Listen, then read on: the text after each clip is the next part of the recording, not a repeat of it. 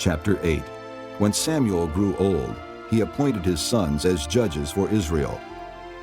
The name of his firstborn was Joel, and the name of his second was Abijah, and they served at Beersheba. But his sons did not walk in his ways. They turned aside after dishonest gain, and accepted bribes and perverted justice.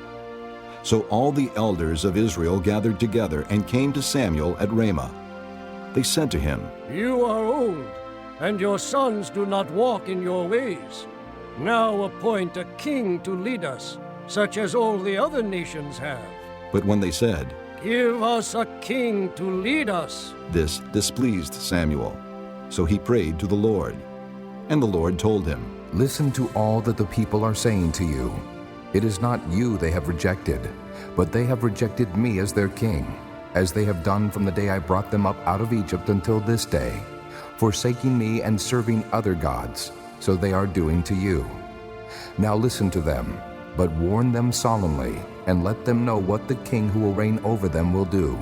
Samuel told all the words of the Lord to the people who were asking him for a king.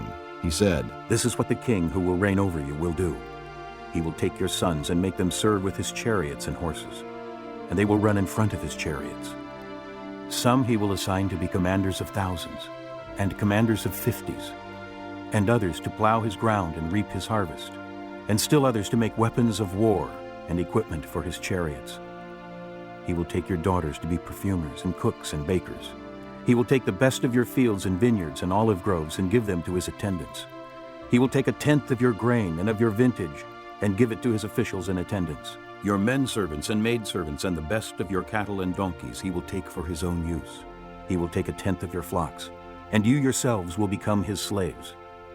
When that day comes, you will cry out for relief from the king you have chosen, and the Lord will not answer you in that day." But the people refused to listen to Samuel. "No, They said, we want a king over us. Then we will be like all the other nations, with a king to lead us and to go out before us and fight our battles." When Samuel heard all that the people said, he repeated it before the Lord. The Lord answered. Listen to them, and give them a king.